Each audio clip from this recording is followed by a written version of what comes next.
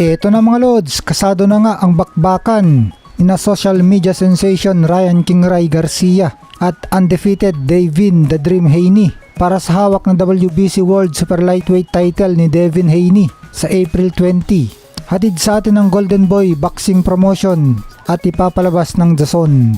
At nangyari na nga kagad ang unang pagkikita ng dalawa pagkatapos maanunsyo ang kanilang laban. Mukhang gusto ng parehong kampo na maging blockbuster ang kanilang laban at agad-agad na silang nagpro-promote kung saan sa kanilang pagkikita ay agad silang nagpalitan ng maanghang na mga salita hanggang sa nagkainitan na nga at hindi na nakapagpigil itong si Ryan Garcia. Napikon na at bigla nang itinulak si Devin Haney. Umakto namang gaganti si Haney. Sumugod dito kaso nakatakbo agad itong si King Ray. Habulin pa sana ni Haney kaso naharangan na siya ng mga nakapaligid sa kanilang komprontasyon. Bago nagkagulo ay harap-harapang sinabi ni Ryan Garcia na tatalunin niya itong si Devin Haney, na sinagot naman ni Haney na titignan na lang sa laban. Kilala itong si Devin Haney na mahusay sa timing sa kanyang opensa kaya mahusay pumuntos. Pero katulad din ni Ryan Garcia ay mahina rin tumanggap ng suntok itong si Haney. Nakita na itong nayayanig sa bakbakan at gumewang na nga ito kay Jorge Linares noon. At ito namang si Ryan Garcia, bumagsak na ng 3 beses sa laban. Isa mula kay Luke Campbell at 2 ay mula kay Gervonta Tank Davis. Knockout artist si Ryan Garcia, kaya kahit mas mahusay itong si Devin Haney, ay may pag-asa pa rin siyang manalo kapag nakapagpatama siya ng solido. Kaya mga lods, sino sa tingin nyo ang mananalo kina Ryan Garcia at Devin Haney? Comment na mga lods at pag-usapan natin yan. Samantala, Naoya the Monster Inoue, bistado na. Takot talaga siya kay Janriel Cuadro Alas Casimero. Nito nga lang ay nag-post na naman itong si Naoya Inoue na wala daw rason para iwasan niya si Casimero. At kaya lang daw hindi pa niya lalabanan si Cuadro Alas ay dahil may mga mandatory pa siya na sina Luis Neri at Murodjon Akhmadaliev. Kailangan pa daw niya ang mga itong labanan. At bakit ba daw niya iwasan si Casimero? Samantalang anumang oras naman daw ay tatalunin niya ito. Ang daming rason talaga ni Naoya Inoue kapag si Casimero na ang kalaban niya. Pag yung alam niyang madali lang niyang talunin, na tulad ni Arandy Paen at Michael Dasmariñas na hindi naman niya mga mandatory, at si Paul Butler na sauna champion lang, ay wala pang isang linggong negosasyon ay fight agad. Isa nga sa tingin na lalo pang nagpatakot ngayon kay Naoya Inoue ay ayon kay Rayo Akaho na naging ka-sparring niya dati si Naoya Inoue at 3 beses daw niyang tinalo si The Monster sa sparring.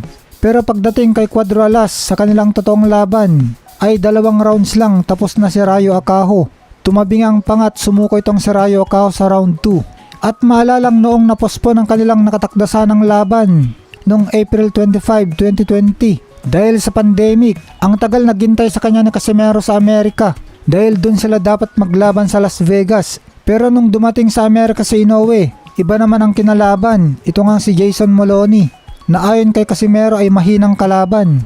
Inayawan nga ni Casimero na kalabanin itong si Moloney na noy naghamon sa kanya dahil hinihintay niya si Inoue. Kaso sila Inoue pa at Moloney ang naglaban. Kaya tuloy si Duke Mike ang nakalaban ni Casimero noon, kung saan tinapos lang niya ito sa 3 round.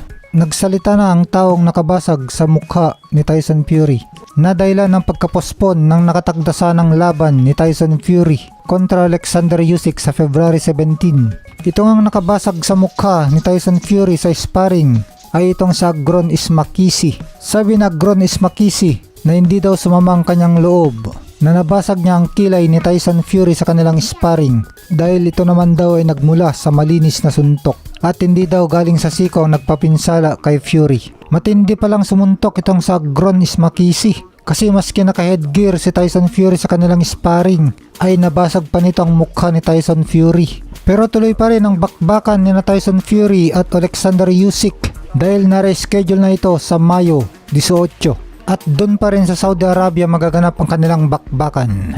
Nangailangan naman ng 11 tahi ang hiwa ni Tyson Fury sa kanyang mukha. Ayon naman sa kampo ni Alexander Usyk, partikular ang kanyang manager na si Egis Klimas, na manager din ng ating pambato Janriel Casimero, na sinadya daw ni Tyson Fury ang pinsala niya. At nagpapakita daw ito na si Tyson Fury ay takot at hindi niya talaga gustong lumaban kay Alexander Usyk. Sumagot naman si Tyson Fury dito at sabi bakit ayaw kong lumaban para sa pinakamalaking sweldo sa buhay ko at naglaan pa ako ng 10 linggo para sa aking training camp. Kumbaga pinaghirapan na nga ni Tyson Fury na mag-training ng gusto at napakalaki pa ng kanyang kikitain. Ay babalakin pa ba niyang umatras? Kaya abangan na lang natin sa May 18 ang kanilang bakbakan para sa undisputed heavyweight champion of the world. Maganda naman ang buwan ng Mayo para sa ating mga boxing fans. Bukod nga kay Tyson Fury versus Alexander Usyk, ay laban din ng Asian superstar na Oya the Monster Inoue kontra Mexican bad boy Luis Pantera Neri sa buwan din ng Mayo. May 6 ang kanilang bakbakan sa Tokyo Dome, Japan. At ipapalabas din naman ito ng live sa ESPN Plus sa Amerika. Samantala itong dating superstar ng United Kingdom at dating IBF welterweight champion na si Kell Brook ay handa daw lumabas sa kanyang pagre-retiro para sa isang blockbuster exhibition kontra ating pambansang kamao Manny Pacquiao. Nagretiro itong si Kell Brook pagkatapos niyang talunin ang kanyang rival na kababayan na si Amir Khan noong Pebrero 2022. Karangalan daw para kay Kell Brook na makasama at makasagupa sa loob ng ring si Manny Pacquiao dahil ito ay isang alamat sa boxing. Sa ngayon ay abala ang ating pambansang kamao Manny Pacquiao sa paghahanda niya sa kanyang exhibition boxing fight kontra Muay Thai legend Buakaw Banchamek na magaganap sa April 20 ngayong taon na ito. Tinotodo ni Manny Pacquiao ang kanyang ensayo dahil napakalaki ng premyo ng mananalo sa laban nila ni Buakaw. Ang premyo ay $25 million o sa palitan ng piso natin ay 1.4 billion pesos. At paghahanda na rin daw ito ni Pacquiao para sa nakatakdang bakbakan niya sa rival niya at kapwa legend Floyd Mayweather sa buwan ng July. Remember that. You're not my friend. Your dad's a pimp and he pimping you. Your dad a pimp and he pimping you. I'm gonna beat you. I'ma beat you. I'ma beat you. I'ma beat you. I'ma beat you.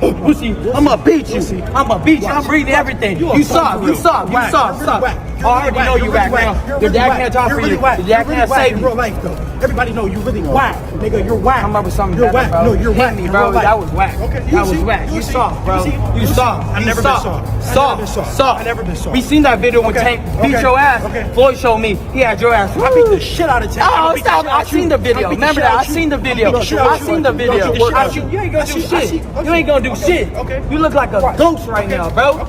Ghost, you getting pale for real, bro. You getting pale for real. Are you crazy? Soft, bro. Are you crazy? You are so Okay. soft. I can Okay. see We'll see. your breath We'll is see. just. I can Okay. hear you. We'll see. You're not like that, bro. You're not like the fear that. is getting You're to not you. like that. The fear is You're not getting like to you. that. The fear I is just talked getting to to you last you. week. The You're fear not is like getting that. to you. I just talked to The you last fear is week. getting to You're you. not like The that. fear is getting to Okay. you.